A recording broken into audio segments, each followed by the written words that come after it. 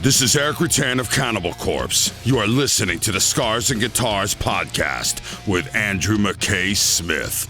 G'day everybody, I hope you're well. I've got something different for you this time around. It's a chat with guitarist extraordinaire Mark Day from a group called the Happy Mondays.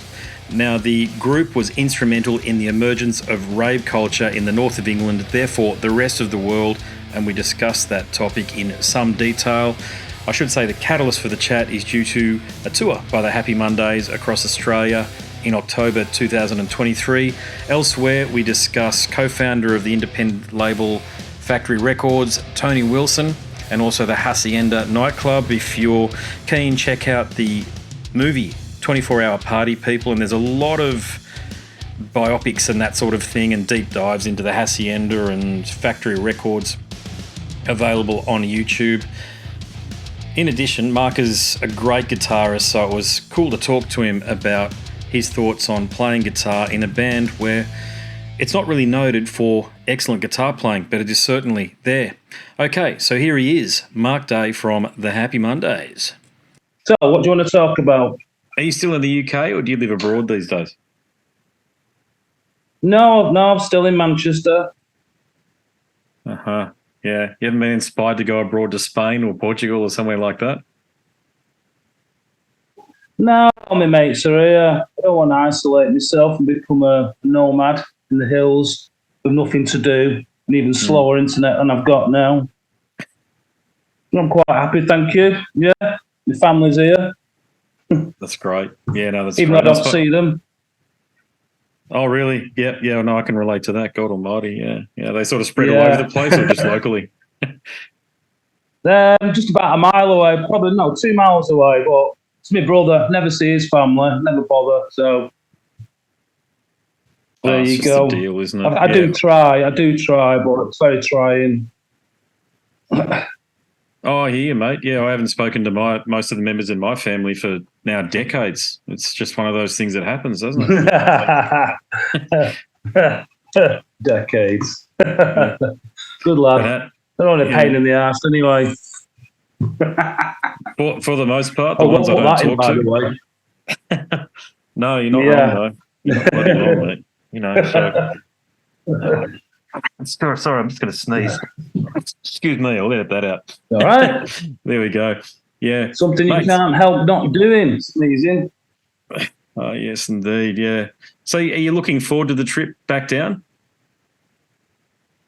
I'm not looking forward to the actual flight. It's a long way, but yeah, I'm looking forward to getting to Australia. This is what, we've been before, about 5 years ago. Enjoyed it then. The crowd were amazing.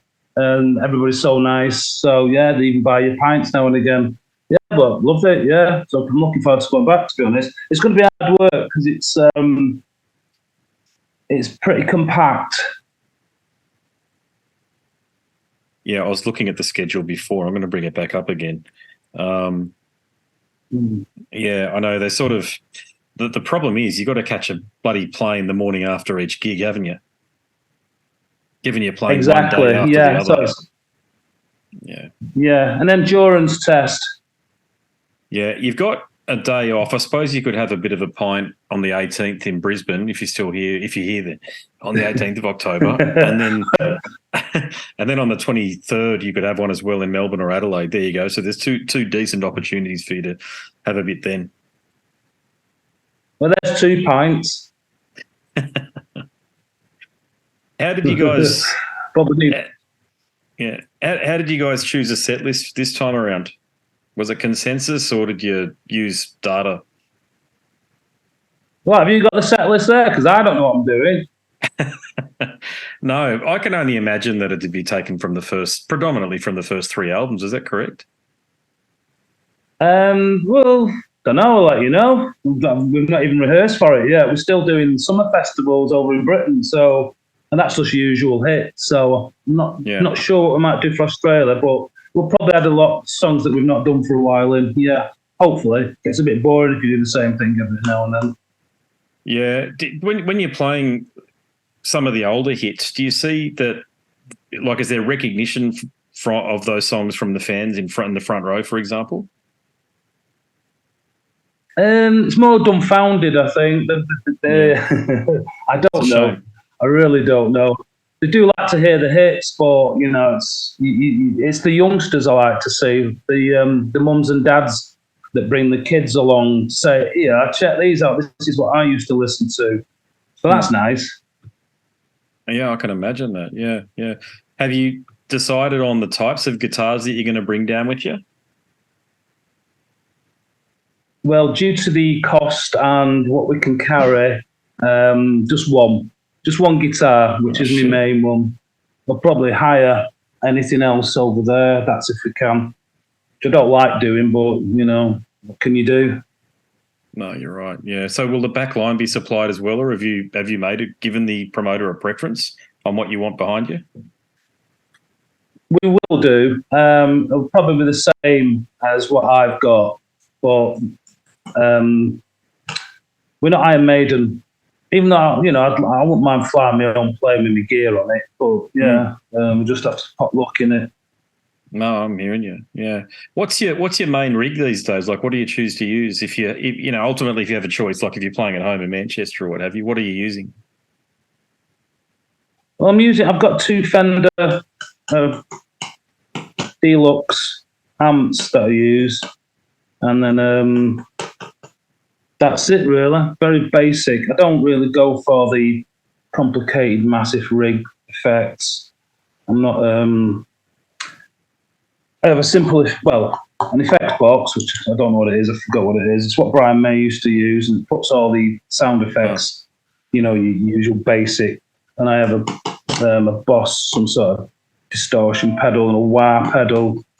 I try and keep it very simple nowadays because, you know, there's too much button pressing and fiddling, and once you eliminate all that, it makes it a lot easier for yourself to just relax on stage and enjoy the gig rather than messing about with yourself. Plus, I do in ears, so it's a monitor mix, so, you know, I leave the rest up to the techies. I'm a bassist. I also play guitar. You can see both behind me here, but as a bassist, I would love to play bass for your guitar lines because you've got this very slinky rock-based funk sound that I don't think you get enough credit for. No, that's not how I do with me, is it? I do what I do, and I've always done what I do, and I can't change the style. Try, but you know, that's how it is. I'm afraid it's just like a fingerprint. You remind me a little bit of Nile Rodgers. Have you had that comparison before? No, but thank you very much. That's a very good compliment. I wish I had his guitar. Yeah, it's beautiful, isn't it? Yeah. Yeah. But it's the same rhythmic. He's doing a lot of that chicken scratching stuff, okay, but the approach is very, very similar in that it's not a dominant style of guitar playing, but if you remove your guitar playing from the song no longer sounds or feels the same. Well, thank you. Yeah. I get that quite a lot, but yeah, I mean, I'm busy. Let's put it this way: I'm busy in what I have to do, and I put all these different styles that I used to listen to. I mean, I was more of a surfer with music. I was never a dedicated follower. I just used to surf a lot of styles, ranging. I mean, if you ask me, I can't tell you because I used to just listen to a guitarist and think, oh, I like that style. And I try and learn it myself. There's some styles I can do, some styles I can do. It's, you know, it's just the way. So the disco, the funk was predominantly sort of in that northern soul. Oh, dance, because I like to dance when I go out and get pissed, and I heard these tunes. And then you've got I was into heavy rock. I mean, 80s, 70s, 80s rock. Then I like the twang of the, you know, the Beatles and all the structure that they came up with. So I was more of a surfer of that style. I never stuck with one because I was never proficient at any of them. I'd never get 100%, but I'd have a go and try them and incorporate into the sound because I thought if I learned all the rock riffs, the usual, and get into that mode of cover version shit, and I wouldn't be here now talking to you. Yeah, that's a reasonable comment. Yeah. Who inspired you to? It's one thing to be inspired to pick up, but it's another thing to be inspired potentially, if you were inspired by anybody, to become a working musician. Was there anybody in particular or any bands? that might have been a catalyst for that? There's a list of guitarists that I'd listen to more regular than others, but then I'd find another guitarist. I mean, if you want to start naming names, there was, I think the first one was Frank Zappa. I got taken to this lad's house and he used to just shred basically like Frank Zappa, and I was fascinated with it. I thought, well, I'll never be able to do that. I tried. I'm not that good at doing it, but I did like the style. And because learning these scales as well. And then there was Jimi Hendrix, there was Dave Gilmour, there was the Beatles. I loved some of the guitars on that melodic stuff. Jimi Hendrix, Page. The list goes on, I just loved them all, collected them all. And then I'd go into obscure stuff. Then I started getting into jazz, and it just carries on and on. Yeah, no, I'm hearing you. Yeah, what was the first guitar that you used? Going right back to the first albums, did you use the same guitar live and on those albums? Well, didn't have much money in them days, so I do remember buying my first electric. I think it was an Ario Pro 2, probably nice. copy. Right, yeah. Yeah, when they first come out, and it was my pride and joy because I had a guitar case, and that was when I went to meet Sean and Paul to do some just get together and do a cover version of and see how it works. But I turned up with the Queen t-shirt on, and they were like Perry boys, total different fashion sense. So yeah, and so that guitar was my pride and joy, and then I just kept changing guitars to find out which was my style, really. But I can't remember what it was. There was what's that Gibson copy one? Oh, famous one. It's probably big now. I can't remember. There's a Gibson copy, isn't there? What's it called? Not a Les Paul Junior, not a Junior or something like that, was it? I just couldn't imagine you playing one of those big rock guitars. Yeah. Then I went to one of them, but it was a semi-acoustic, and you always get problems with different equipment because, semi-acoustics at a certain volume can start giving loads of feedback and restrict you. So, Epiphone, that was it. Oh, okay. Yep, gotcha. Yep. Yeah, I had an Epiphone. I've had tons of them, but the only guitar I've never had is Fender, what they're called? Strat. Yeah. No, not a Strat, the other one. Telecaster. Never had a Telecaster in my life. I've had a Jaguars, still got one now, 1987. No, what is it, 1976 Jaguar, but I need a bit of work on it. But I did like my classics. My Gibson Les Paul, that was had burns in the headstock, and that had been well worn, and that was a 78, 79 one, so I still use that today. But yeah, I've gone through, then it's amps, you go through all sorts of amps just to try and get that, I think I never had a Vox. I would have loved to have a proper old, 56 Vox. Never got one of those. Is it 56? AC30, yeah, nice, yeah. Yeah, AC30, I got shown them. But you see, it was that transition between valves and transistors, wasn't it? Yeah. And what I found with the valves is when you're touring constant, they start to degrade and they start rattling, and it's like changing your light bulb all the time. And I got fed up of doing it because I couldn't rely on techs. I couldn't rely on them to sort of find, so I had to do it myself. It was quite expensive and hard to get hold of. So I went to transistors. There's one that's not, Alan Holsworth used to play with the amps, and they used to use me. Is it Alan Holsworth? Is he a guitarist? Yeah, that's the guy. He's the original shredder. Yep, the guy who influenced Stevie. Yeah, well, I can't remember the name of the amps. I'll give it away for some reason, but I had one of them for a while, and that was quite good, and that was my first one. And after that, I can't remember what I had next. But guess what? I'm back on valves again. Well, it's a bit easier, isn't it, these days, to do something like that than to solid state. Solid state isn't the home ground, if you like. It's not the Old Trafford, if you like, for guitarists, because it's more about economy with solid state. I use solid state stuff because I'm a bassist and it works, but there's nothing like a good old. They're really good. Yeah. I'm just an old fart, aren't I? I like my big round sound. Yeah. I don't blame you. I don't blame you. You struck me. I always imagined you as just a straightforward Stratocaster player. I'm a Strat player as well, but you've just got that. Right. You've just got that. That same vibe as Niall as well, and he's a Strat player too. Yeah, the chunkies. Yeah. I like funk. It's hard to do. I mean, I do a lot on Stepon more than all the others, but I do like it. And I do tinker every gig, trying to find different ways of doing things. So every gig for me is unique, and for the audience, because I try something out. If it works, it works. If it doesn't, it doesn't. I don't stick to the rules. So it's practice time for me sometimes, because you just start trying things, don't you? Oh, definitely. Especially because make it more interesting for yourself. Oh, without a doubt. I do the same thing just about every night, playing covers. You've got to, otherwise you go crazy. I don't do covers though. We've never done covers.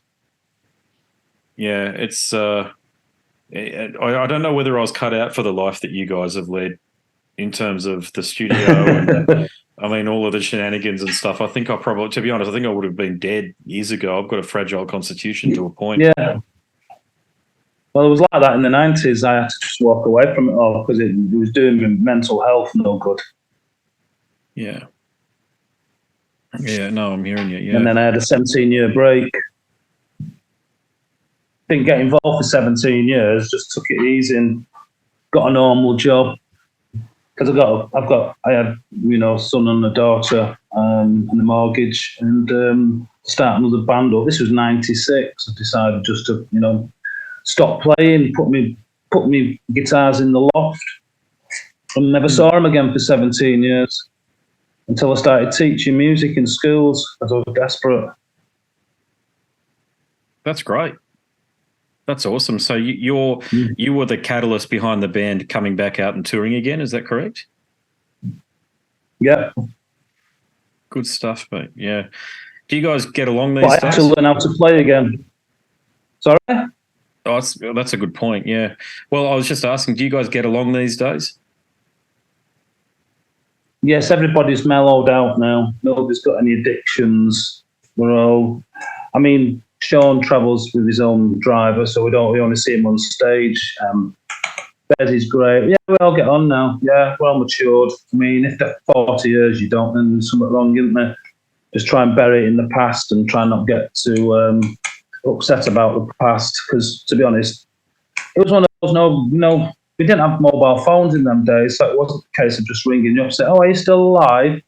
There was none of that. So I didn't hear it from anybody for like 17 years. And you mentioned up top, you just mentioned a moment ago that you had to learn how to play again. So did you come back a better guitarist, do you think? Yes, because I started teaching in schools and I'd never learned your rock riffs that other guitarists learn, like your Back in Black and, all the other rock riffs, and I had to learn all them. I've never done them before because that's what the kids wanted, and it was an education for me. And I spent at least 5 years learning to play the guitar, but in front of kids that wanted to play guitar. So I learned to read, the crotchets and quavers for primary schools, because that's like part of the curriculum, and it was helping me play. And then I ended up in orchestra bands working with other, musicians, proper musicians. I learned a lot in the music service for Salford, and that helped me prepare me for the next stage of joining the Mondays again, because at least I was tooled up. And, if I'd have probably entered without playing the guitar, it wouldn't have worked. So luckily it did. But trying to remember the songs was, because it wasn't written down, it was all in my head. And I had to try and remember what I was playing 30 years ago, which was weird how it works. It came back just like, I do remember playing it, but it was finding all the notes in the right area of the fretboard that was, and I didn't look at videos. It was constant trying to dig back in your subconscious to try and remember, how did I play that again? Involving capos, tunings, and all that shit. And it came back. I don't know where. Funny, the brain, isn't it? It is, yeah. Did you listen to Happy Mondays at all in that 17-year break? No, hated it. That's common. Like a bittersweet sort of, memory that I tried to, because I got kicked out of the band, and I hadn't got a problem, if you know what I mean. Sorry, that's my phone going off. No, I hadn't got a problem, so I was clean, you know what I mean. I couldn't write under the influence, so somebody's got to, and I was being, we're getting Johnny Marr in. All right, okay, fair enough. Oh, shit, yeah. It was just mental. Why did they want to bring Johnny in when they've already got you? You asked the band that. Yeah. It's a big story. If you know the story, there's a video of Johnny Marr on YouTube explaining what had happened. If you've got 5 minutes, watch. It's funny. Check it out. Yeah. Well, you've got Johnny's a great guitarist, but so are you. You've got you've got a sound that if people want to dive into how to play funk and groove riffs over the top of dance music, you're the guy. You're the guy that pioneered that sound. Johnny did something else. Johnny did something completely different. Yeah, but he experimented with his amp sounds and his 12 strings and, his linking two guitars together. I didn't have that luxury, really, because the more money you've got, the more time you can spend in the studio. And we were quite under pressure to get things done for Factory because Factory was under pressure and they were expecting stuff, so you didn't have much time to faff about in the studio, really. But, I know Johnny's brilliant. We get on with him, and his guitar style is totally different than mine. Yeah, that's what I mean. Yeah, he's probably a lovely fella. It's not about him as a person, but yeah, I just couldn't imagine. I'll have to go and check it out. Obviously, I haven't dived into that aspect of the band's career, but some bands, they make some odd decisions at time. You talk about Iron Maiden, they brought in a singer who was untried and untested effectively, certainly at the level that they were at, and it failed miserably. The 90s, if it was in the 90s, mate, the 90s were not kind to most rock bands. No, well, that's another thing you see, because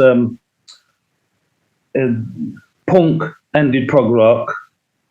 The Iron Maiden bands all went, the rock and roll, the heavy rock bands sort of was a niche market, and the 90s just totally changed what happened in the 70s or 80s with punk. So, yeah, and they had to have their own niche, didn't they? Like you say, it wasn't kind. No, exactly, yeah. You mentioned Factory Records there. I mean, you guys are intertwined with the Factory Records story. So do you think that the co-founder of Factory, so Tony Wilson I'm talking about, and also the founder and manager of Hacienda Nightclub, do you think he's certainly in the media enough? You can find him through YouTube. I know he's long departed, God rest his soul, but do you feel like he gets enough credit for what he did within the scene?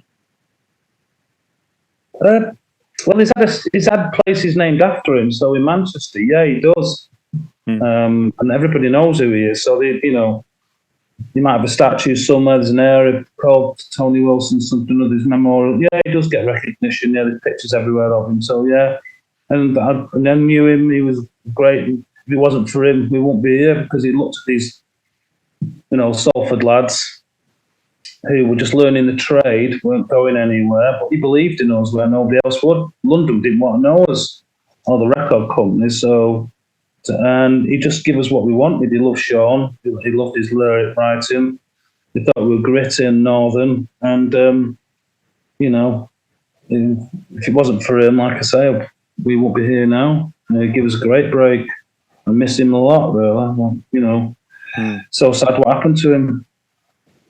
God, young. He's only a few years older than I am right now talking to you. Yeah, exactly. Yeah. I don't think it was Phil Sachs, but I watched a series, and just before we got on the call, actually, and there was one of your managers. So this is 1988. Whoever was managing you then was saying that he was told not to manage you guys because you guys were a notorious band. You were very difficult to manage. What did he mean by that, do you think? You mean Nathan McGough? It must have been, yeah. I just couldn't find his name online anywhere either. That was all. Well, yeah, we probably had a point because we didn't give a fuck. We're just in it for it's just a lads' night out, wasn't it? Just let's get wrecked and play a bit of music. I mean, to me, it was just because I didn't have any mates because I've just moved into the area. Something to have around. We're just doing it for a laugh, really. I didn't think we'd get anywhere.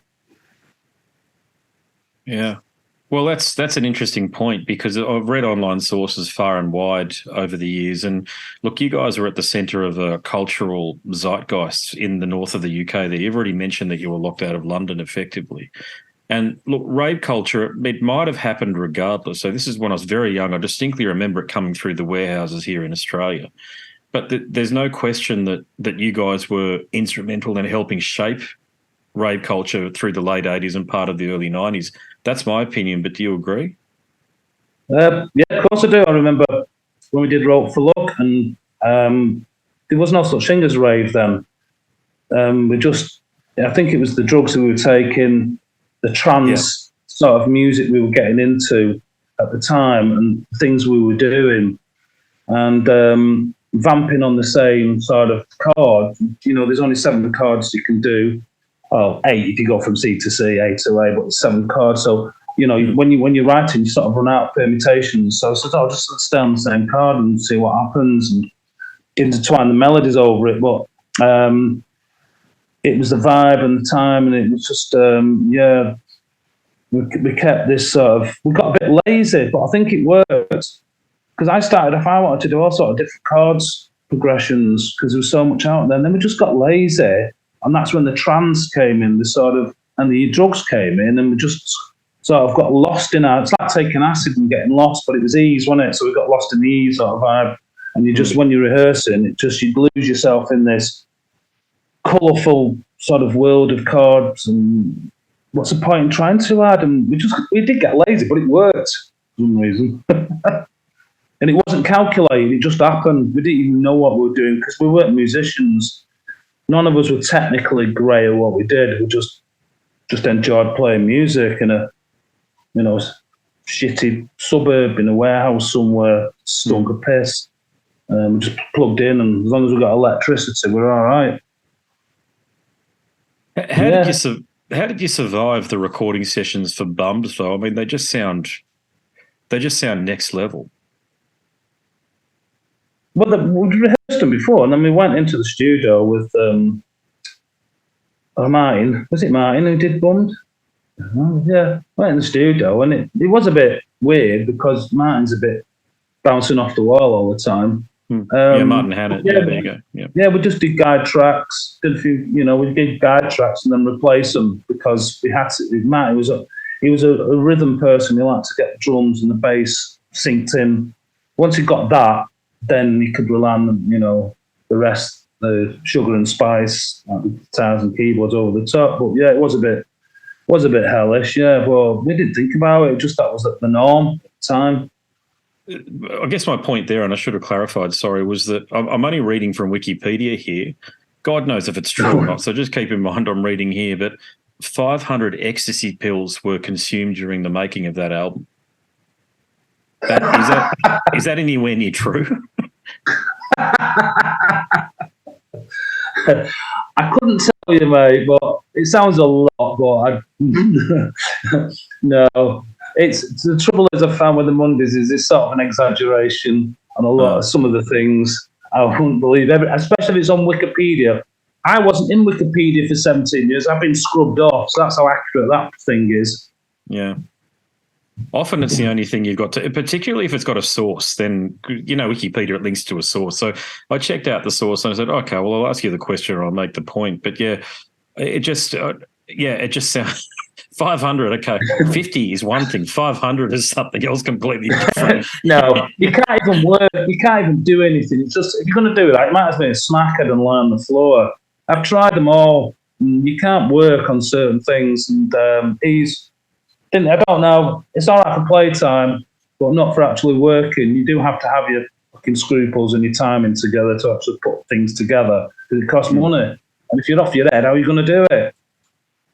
No, I agree. Yeah, it's tough to play after 3 beers, yet alone bloody getting smashed, isn't it? On something else, because you just don't function. You might think you do, but when you listen back to the recording, it's horrible. I've done a load of things on that stuff, and I've just like, when your neck starts bending, your guitar neck, and you start seeing shit that you shouldn't be seeing, then you realise, no, I can't work on this stuff. No, yeah, no, I get you. Yeah. Hey, did Tony Wilson, did he ever push for success, like really give you guys a good nudge for success in the United States? In the United States? Well, yeah, we went over, but the American audience are totally different. And it's like the Beatles, they're a bit sceptical about, bands going over. It was okay, it was a good tour. It was a massive country like Australia. There's a lot of... Tony did obviously finance that, and I think, when in hindsight, you think, you've got to do it on budget, but we didn't, you see, just went, there was a lot of waste. There always was in factory, a lot of waste, and it wasn't our fault. Definitely wasn't our fault. A lot of waste as in bad business decisions? Decisions and money, yeah. But I'm straying off the track here because I've got like 40 years of Happy Mondays experience, so, Yeah. Was the Hassy, all day. Yeah, but was the Hacienda? It's sort of built up as this legendary. Of course, it is legendary. I'm not saying that's a red herring or what have you. But for you, as someone who was right at the centre of that scene, was it when you read back about the way people are describing it who weren't there, eulogising it, this sort of thing? Can you relate to any of it, or was it just another place for you to go to have fun? Yeah, it was another place just to go and have fun because it wasn't that, when we used to go, it wasn't that busy. You got a lot of students going in there. And then it attracted a different audience. And obviously we just signed to factory, so we got a free ticket to go in. So that was our main place. We'd go to town, have a few beers and go straight in there. And it changed. And then the ecstasy got involved, and then became some sort of then music. And I think Madonna played on stage, and then we were playing on stage, and all. It was a showpiece for factory to put all the new bands on, and old bands as well, New Order. So, and I think it was from us playing the whole factory team, creating that vibe that created that legacy that we have now. Mm. Yeah, that's a good point about legacy. I haven't checked, but have you written a biography? Is a biography of yours out there yet? What, my book? Yeah. I'm not even started. I don't know where to start. Probably one day. But you never know. I might get Alzheimer's. You don't know. You should do it. Especially given your experience and you were there, you're at the centre of it all. You should do it because it's an important historical artefact. Those memories. I'll have to get somebody to follow. I'll probably talk more when I've had a lot of drink because it all comes back, flooding back like some, nightmare. Wake up in the middle of the night sweating, thinking, did that really happen? Yeah, I understand these things. Yeah, no, that's great. Yeah, no, that's cool. Watch this space. It's all there. If I can remember songs 30 years ago, or 17 years ago, then I'll be able to remember a lot of things. There is a YouTube about Paul knocking around. Paul Ryder's ex-wife's done some podcast, and there's some stories on there that you might find interesting. Okay, yeah. Oh, it's more your individual take on these things, because there's one thing hearing, especially if it's a third party, if you like, someone who wasn't actually part of the band, but the people who were there, you guys have the most interesting take on things because they often can be the most abstract. Yeah, there was all sorts of stuff going on. Yeah, it was. Don't know, I could be here all day talking. No, that's all good, mate. Yeah. No, that's fair enough. Look, I know you've got another one in about 25 minutes' time or so, mate, so I'll let you get off. Oh, is that what it is? Right, I was just looking at it. Go and get me dinner. I think it is anyway. That's certainly the schedule I got sent. Had it sort of the blocks laid out like that. But oh yeah, Matt Phillips. Yeah, he's next, isn't it? Well, it's lovely. It's Andy, isn't it? Spot on, mate. Yeah, that's it. Yeah. Yeah. Okay. Well, it's lovely to talk to you. I'll go and get another cup of tea, and I'll start again. Go for it, brother. No worries. It's different. Is that tea or beer? Peppermint tea. Yeah, it's peppermint Oh, tea. I thought it was a pint pot. Then I was going to say, good lad. No, I tend to find if I drink when I'm doing these episodes, I tend to find that I talk too much. And I have a great time, but when I listen back to it and go, what was I thinking? So that's why I don't do that. Well, that's why I say it's best dinner time. Yeah. Before my hands start shaking, you see. Oh, mate, yeah, we all get them. Don't worry about that. Well, I'll be in the audience when you come down, mate, so I'll have a pint for you on the crowd when you're playing. Get you backstage or something. Yeah. Oh, it'll be lovely. I'll talk to John about it. We'll see what we can arrange. Yeah, definitely, yeah. It's not that great, to be honest, but there you go. Nice to Everybody chink thinks our it's the best place. Yeah. Yeah, I've done it a fair bit. I know what you mean. It's you just try as a fan. I just try not to intrude. I just go, hey, thanks, great show. No, it's fine. It's fine. I'm all right. It's the rest of them that don't like, either. Oh God, yeah. There can be some punishers. Some people are a bit over enthusiastic and overzealous. I've seen that a few times, but I think if they're just regular people and they go, great show, that sort of thing, and they're a bit more, But it'd be different. It'd be different in Australia anyway. Yeah, we're typically a bit more laid back and a bit more egalitarian about things. Yeah, exactly. Yeah. Not as many nutters as we've got over here. So I hear. I may be wrong. I don't know. You know why it's true? It's because there just isn't as many of us over here as what there are over there. Yeah. So true. Yeah. So per head per capita, mate, we might have the same amount, but there just isn't as much overall. So there you go. Yeah. All right then, Andy. Nice one, mate. Thanks, nice to talk to you. Likewise, it's been great. See you in October, is it? Yep, it's definitely it's in October. There you go. No worries, mate. All right, talk to you then. See you later. Okay. So there you have it. Something a bit different. I like to throw something in from left of centre occasionally, just to mix things up, and I appreciate that you as the audience, you stick with me on some of these things. But Mark is an excellent guitarist. Do go and check out some of his chops on those Happy Mondays albums from the late 80s and early 90s. They're a band that was somewhat of a guilty pleasure, I'll say that, but bugger that, they're a great band. Got some good vibes, some good tunes, and I would have loved, as I mentioned in the chat, to have played bass along to some of his guitar lines. Back in those days, what a time to be in a band it must have been. All right, so if you like that chat, there are more over at scarsandguitars.com, and I know you like listening because you're a smart audience, and I've written a book. Check it out. Click the link in the banner on the website and you'll be taken to a marketplace of your choice. You know what to do from there. There's some more information to share with you about the book in the moment, but before we get to that, I'll bid you a fond farewell. My name is Andrew Mackay-Smith and I'm the host of the Scars and Guitars podcast. Until next time, it's a goodbye for now. This is Eric Rattan of Cannibal Corpse. You are listening to the Scars and Guitars podcast with Andrew Mackay-Smith. I've been the host of the Scars and Guitars podcast since 2017. The first musician I interviewed for the show was David Vincent from Morbid Angel, and things have just snowballed from there. In all, I've posted almost 650 podcast episodes featuring conversations with many of the leading lights of rock, heavy metal, and beyond. It just got to a point where I thought, I need to write a book about all this, so that's exactly what I did. In Scars and Guitars Volume 1, you'll read a heap of deep reveals and commentary, such as Des Fafara talking about Coal Chamber and why the band will never return. If you're a band just starting out, you need to hear me. Do not start a band with partners.